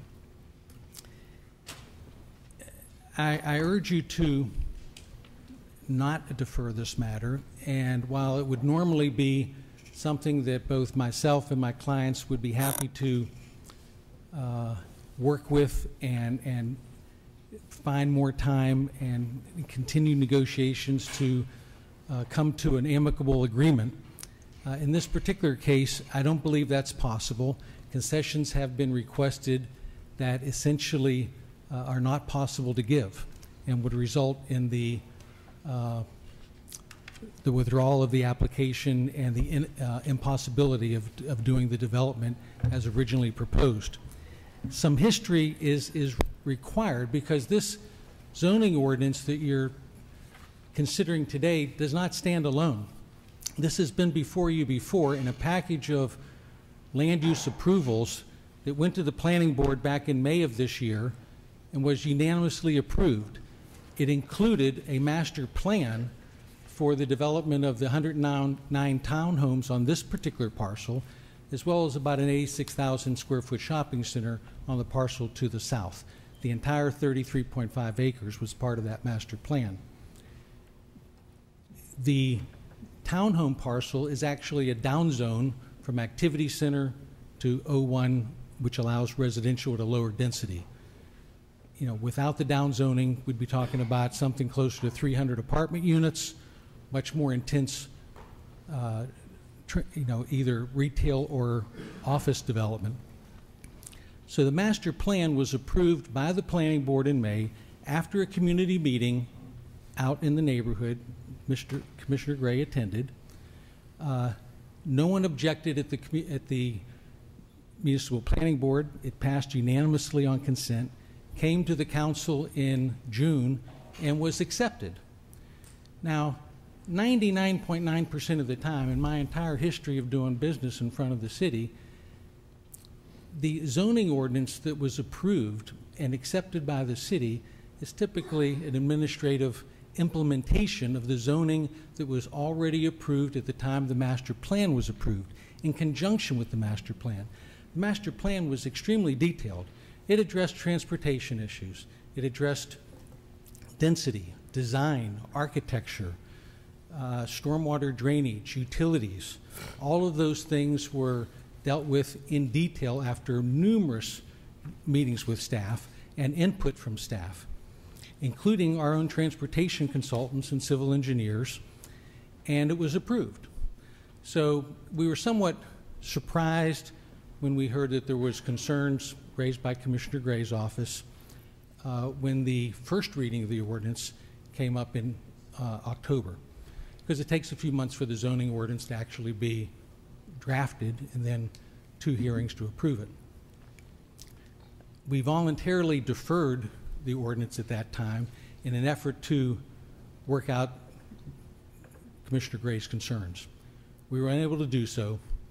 The first reading was held in November and approved by this council, I'll bet with some reservations by Commissioner Gray because he still had concerns.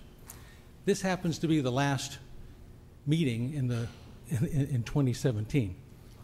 Like a lot of projects that come before this council, you know, this property has been under contract for over a year based upon the master plan approval and the detailed recommendations from staff. $700,000-800,000 has been expended on engineering plans, design, permitting, non-refundable deposits. We simply don't have the wherewithal to defer for another month. Plus the concessions that I know that have been articulated to us, and the only notice we have of that is a phone call from Mr. Gray a week ago, are transportation concessions that we cannot make any further, we cannot reach agreement on. They involve closing median openings and installing roundabouts that were not called for by city staff, that were not part of the master plan approval, and would essentially kill the project, and including closing the median opening in front of the townhome site. For that reason, we don't think that the passage of time into January is going to change the facts or the circumstances that we have today. And frankly, given everything that's been expended on the project and where we are with the sellers and the users of the project and with city staff, we think the information is here before the council, and we'd rather just vote it up or down and know where we are, because we don't believe that there are reasonable or substantial changes to what has already been approved. For that reason, I urge you to not defer it, but go ahead and have whatever hearing on the merits we need today and make a final determination. So our transportation staff will be available to you. They have raised some issues with me that I think are solvable, but they're not solvable at this meeting. They're certainly solvable, and I think within the range of options that would be acceptable to you if you sit down and talk about them. I don't want to try to technically go into them right now, but I think the best course of action is to defer this. Commissioner Ortiz? Yes, for the benefit of the rest of us that don't know the particulars of this, I will ask Mr. Dean Grandin to, if he can explain, because listen to Mr. Willer, everything has been approved by the different boards. So what exactly are we looking for to change here? Commissioner Ortiz, yes, perhaps Mr. Grandin can be able to tell you. Again, my only communication with respect to proposed changes is a phone call with Commissioner Gray, at which time he suggested that we close the median opening on Randall Park Boulevard immediately in front of the townhome project. That pretty much kills the townhome project. He also wanted to close 2 of 3 median openings and construct a roundabout. None of these improvements was suggested or discussed whatsoever with city staff at the time of the master plan approval, and despite the fact that we submitted a detailed transportation analysis at the city's request, which was approved. And that's the basis on which the master plan was given. But if there is a specific proposal that has come up since that time, that would not mean scrapping the entire development, I'm happy to review it. But as of this morning, all I knew about was closing 2 of the 3 median openings that were designed by my client, Colonial Properties, accepted by the city. That road is less than 10 years old, and no development has occurred at all on the eastern side. So without any without any development even occurring, we're proposing to close median openings that just got built for the very client that's trying to sell the property for the intended use. Dean, or did you want to weigh in before? All I would say, and I want Dean to explain it, Mr. Willard, not totally accurate. I don't totally agree with what you said. At our community meeting in March or April, the concern raised by the residents about the safety. We're not talking about volume of traffic. We're not talking about the fact that the neighbors don't want the shopping center or the townhomes. They do. They're concerned about median cuts on a 4-lane street with no decel lanes. And that was raised in March, and for whatever reason, the development team decided not to deal with it. And now as you get close to the ordinance, it's time. And the last thing I'll say, and I'll let Dean make his point, is in an effort to keep it moving, certainly I supported it on the first reading. And then I've even said, let's do just a letter agreement that you will deal with these before you start construction. And you guys have refused to do that. So it's not a Jim Gray issue. It's 75 to 100 residents who are seeing that and asking for help and relying on me to keep the street safe. It's about safety. So I'll let Dean explain it, and then I'll come back. I guess the question is, how legitimate is the question about that safety issue? Is this something that is really, because, I've worked with traffic in the past from the law enforcement standpoint, but I'm not an expert when it comes to the particulars, so I need to know if it's a legitimate issue from the citizens, and they're concerned about the traffic. Nobody's against safety, and nobody's against creating an unsafe condition. We have a difference of recollection. We were both at the same community meeting. We have a different recollection of what occurred. We did not hear anything about closing median openings, and nobody appeared at the planning board public hearing and suggested otherwise. And it was never raised by city staff at all, and city staff was present at the community meeting as well. So the first thing we heard about closing a median opening was roughly 9 days ago. Okay, Dean? I believe Commissioner Ortiz had asked a question about process and where we are. This matter came before the Municipal Planning Board back in May of this year. As we customarily do, we did a GMP amendment, a rezoning of the property, and a master plan. The understanding is that, and the master plan, those are all recommended for approval. The master plan came forward to you before the rezoning and the GMP. There's a condition that requires that the rezoning and GMP be in place before the master plan becomes effective. So while in theory there is an adopted or accepted master plan, it's subject to the change in the future land use and the zoning, which is before you today. And even though some of these issues have come up since that hearing in May, they have come up, and they're reasonable questions that deserve further attention before final approval is given to the rezoning and GMP. But the reason that my question is between perception and legitimacy. Because the perception of the public can be that this is going to occur and this is going to damage our community, or the reality is that it's not, and it's just a perception. So I want to clarify that, because that's going to help us make up our mind in terms of continuing this or not.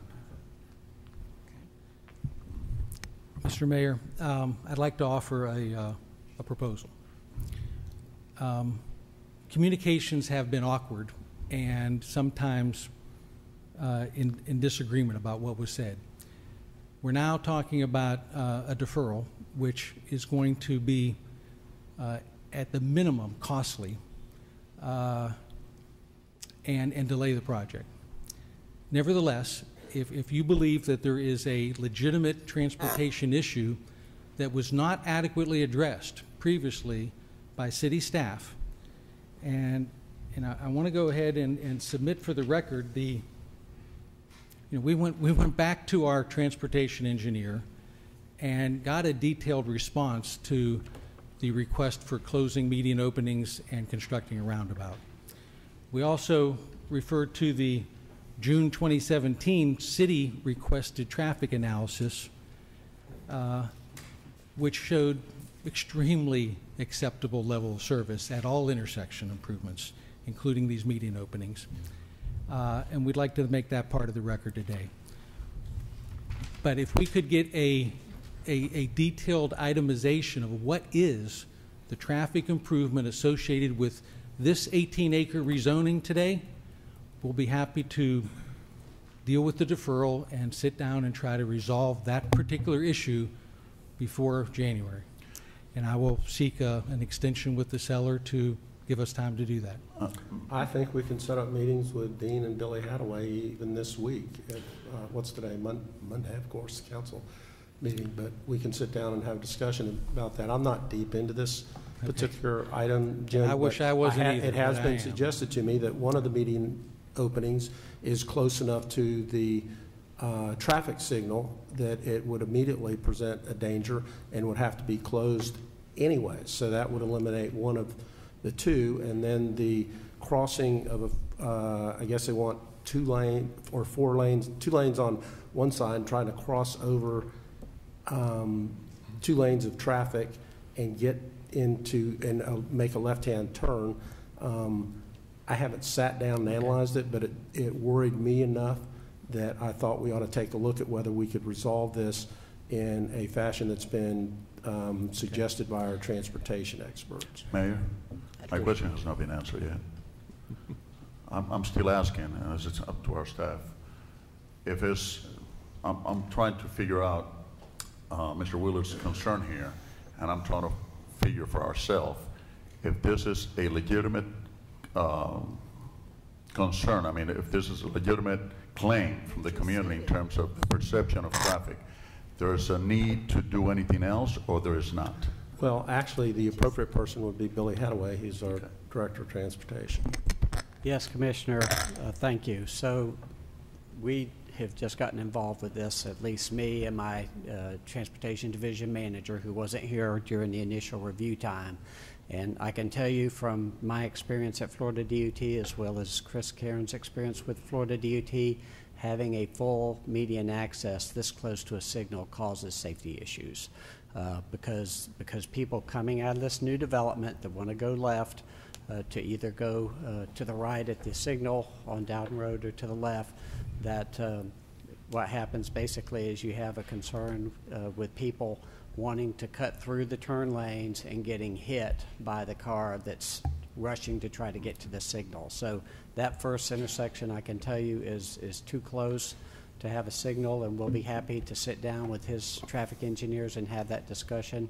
And the proposal of the modern roundabout, today was the first time I've been involved in the discussion, but there are safety benefits to that. It would allow the left turn movements out there without the risk of crashes. But obviously, with us just having to discuss this today, we need more information and time to work things out with the developer. Okay, thank you. Now, Mr. Willard, what do you think? Is there something we can deal with? In addition, Commissioner, to not having those issues raised in a timely fashion when the matter went before the planning board and went through its normal staff review, and being contrary to the results of the city-approved traffic impact analysis, the intersection that Mr. Hadaway is referring to is not the subject of this hearing this afternoon. That intersection is in front of the retail parcel, 1,000 feet to the south, and is not part of the 18-acre downzoning from AC1 to O1 that's on the agenda today. So that issue isn't even relevant to the discussion. Now, we don't mind looking at it again because it's part of the master plan approval, but that's not what's before you today. This is the rezoning of the townhome parcel. Mayor, if I could, Jim, this is what frustrates me. If we don't approve this item today, then you can't split the entire piece of property to do your shopping center. So to say it's not connected is disingenuous. It's part of it, right? And we have suggested to you from our side some solutions. Your team has come back and rejected those solutions. Great. So rather than just make a motion to deny, I've tried to give you and your team time to work it out. But don't say it doesn't have an effect on the shopping center, because it does. Because if we deny this, you cannot do your shopping center. If legal descriptions and subject matter of zoning ordinances, if it doesn't matter what the property being described is, then what does matter? You happen to be aware that we're simultaneously selling the Commissioner Hill. townhome parcel. I guess what I'm trying to figure out here is, it sounds as if Commissioner Gray is trying to diligently work with you to approve this project. I want to understand, why isn't the developer or the seller whom want to submit this letter to state, okay, if there's a problem, we're going to fix it, let's move forward. Can you tell me a little about the letter and why you don't want to submit it to continue the process of this project?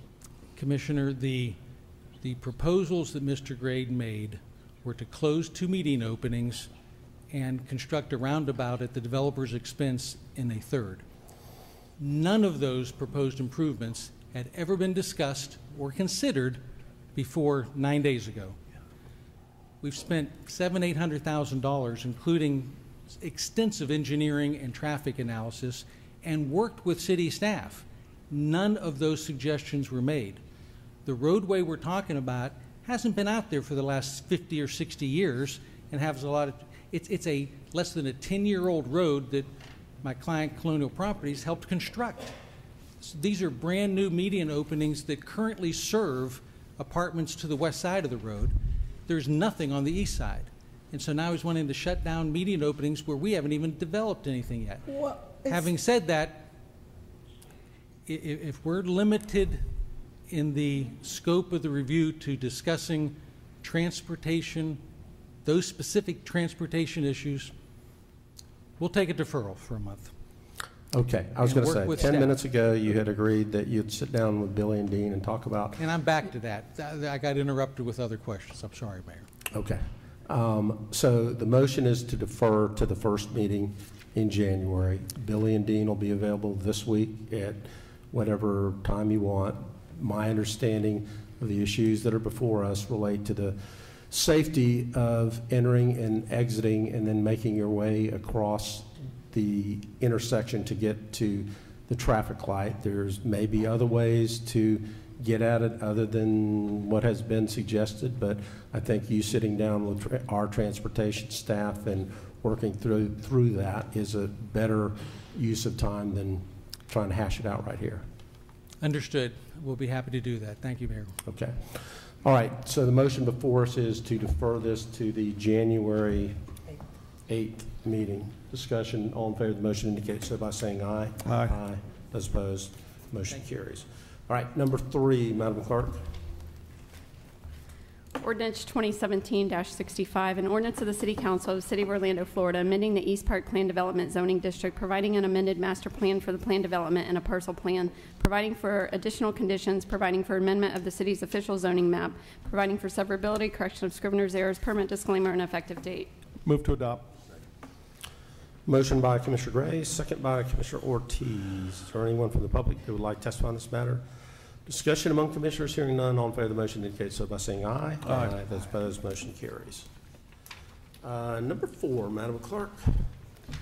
Ordinance 2017-66, an ordinance of the City Council of the City of Orlando, Florida, vacating, closing, and abandoning part of Cornell Avenue, generally located south of Jewel Avenue, north of Dartmouth Avenue, west of Clay Street, and east of Interstate 4, and comprised of .115 acres of land, more or less, providing for the execution of affecting documents, severability, correction of scrivener's errors, and effective date. So moved. Motion by Commissioner Stewart, second by Commissioner Hill. Is there anyone from the public that would like to testify on this matter? Discussion among commissioners. Hearing none, all in favor of the motion indicate so by saying aye. Aye. Those opposed, motion carries. All right, we're now on ordinances on first reading, Madam Clerk. Number 1. Ordinance 2017-73, an ordinance of the City of Orlando, Florida, amending Chapter 56 City Code Transportation Impact Fee by amending Section 56.02, intent and purpose to incorporate an updated impact fee study, by amending 56.04 definitions, by amending 56.10 agreements to limit the time frame in which credits must be utilized, by amending 56.15 exemptions, by amending Section 56.19 use of funds collected to increase the retainage amount, by amending various other sections to provide definitions and clarification, providing severability, repeal of conflicting ordinances and actions, codification, correction of scrivener's errors, and an effective date. Move to approve. Motion by Commissioner Ings, second by Commissioner Hill. All in favor of the motion indicates so by saying aye. Aye. Those opposed, motion carries. Number 2, Madam Clerk. Ordinance 2017-68, an ordinance of the City Council of the City of Orlando, Florida, amending the city's growth management plan to change the future land use map designation for certain land generally located south of Hague Way, north of the L. Claudia Allen Senior Center, and Clear Lake, east of Riley Avenue and west of Mabel Butler Avenue, comprised of 0.27 acres of land, more or less, from residential low intensity to public, recreational, and institutional, changing the property zoning designation from one-family residential R-1 district to public use P district, providing for amendment of the city's official land use and zoning maps, providing for severability, correction of scrivener's error, permit disclaimer, and effective date. You know, Mayor, that was a lot of language for that little piece of land that we're talking about. But move to approve. Second. Motion by Commissioner Ings, second by Commissioner Hill. All in favor of the motion indicate so by saying aye. Aye. Those opposed, motion carries. Number 3, Madam Clerk. Ordinance 2017-67, an ordinance of the City Council of the City of Orlando, Florida, relating to certificates of use, amending Chapter 65 of the Land Development Code to establish certificate of use requirements, providing standards for review and exemptions, amending Chapter 5 of the Orlando City Code to provide for civil penalties, providing legislative findings, and for severability, codification, correction of scrivener's errors, and effective date. Move to approve. Second. Motion by Commissioner Ings, second by Commissioner Stewart. All in favor of the motion indicate so by saying aye. Aye. Those opposed, motion carries. Number 4, Madam Clerk. Ordinance 2017-69, an ordinance of the City Council of the City of Orlando, Florida, amending the city's adopted growth management plan to change the future land use map by expanding the boundaries of the downtown activity center eastward by approximately 0.5 acres for property generally located south of East Livingston Street, north of East Ridgewood Street, and east of North Roslyn Avenue, establishing a new sub-area policy for the same property to ensure a reasonable and appropriate height transition along Livingston Street, providing for amendment of the city's official future land use and sub-area policy maps, providing for severability, correction of scrivener's errors, and an effective date. Move to approve. Second. I'm going to give Commissioner Hill that one, Commissioner Ings. Cool. Motion by Commissioner Hill, second by Commissioner Stewart.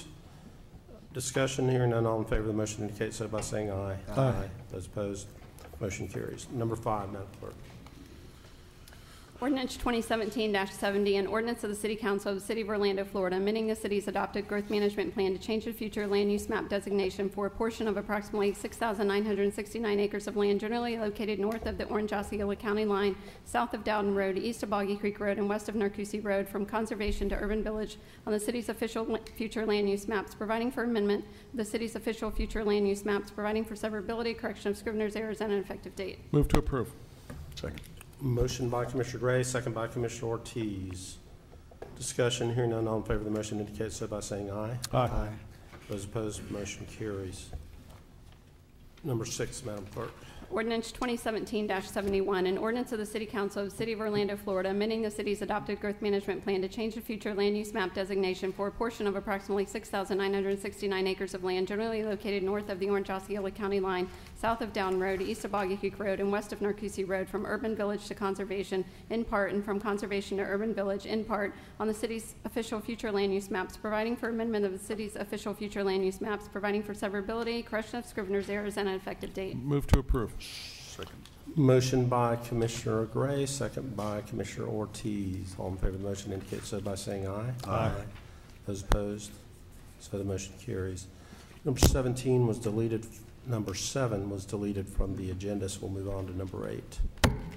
Ordinance 2017-72, an ordinance of the City of Orlando, Florida, amending the Plan Development Zoning District regulations for the Lake Nona Plan Development, generally located north of the Orange-Osceola County line, south of Dowden Road, east of Boggy Creek Road, and west of Narcoossee Road, and comprised of 6,969 acres, more or less, amending the Plan Development District's development standards, mix of uses, and conditions of development, directing amendment of the official zoning map series, providing for severability, correction of scrivener's errors, permit disclaimer, and an effective date. Move to approve. Second. Motion by Commissioner Gray, second by Commissioner Stewart. Discussion, hearing none, all in favor of the motion indicate so by saying aye. Aye. Those opposed, motion carries. Number 9. Ordinance 2017-41, an ordinance of the City Council of the City of Orlando, Florida, relating to billboards, amending Chapter 64 Orlando City Code to expand the digital billboard exchange program, to terminate the billboard replacement pilot program, and to allow GOBO projection signs in the downtown course subdistrict, providing legislative findings, and for severability, codification, correction of scrivener's errors, and an effective date. Move to approve. Motion by Commissioner Ings, second by Commissioner Stewart. All in favor of the motion indicate so by saying aye. Aye. Those opposed, and so the motion carries. So that includes the official agenda of the City of Orlando City Council for today.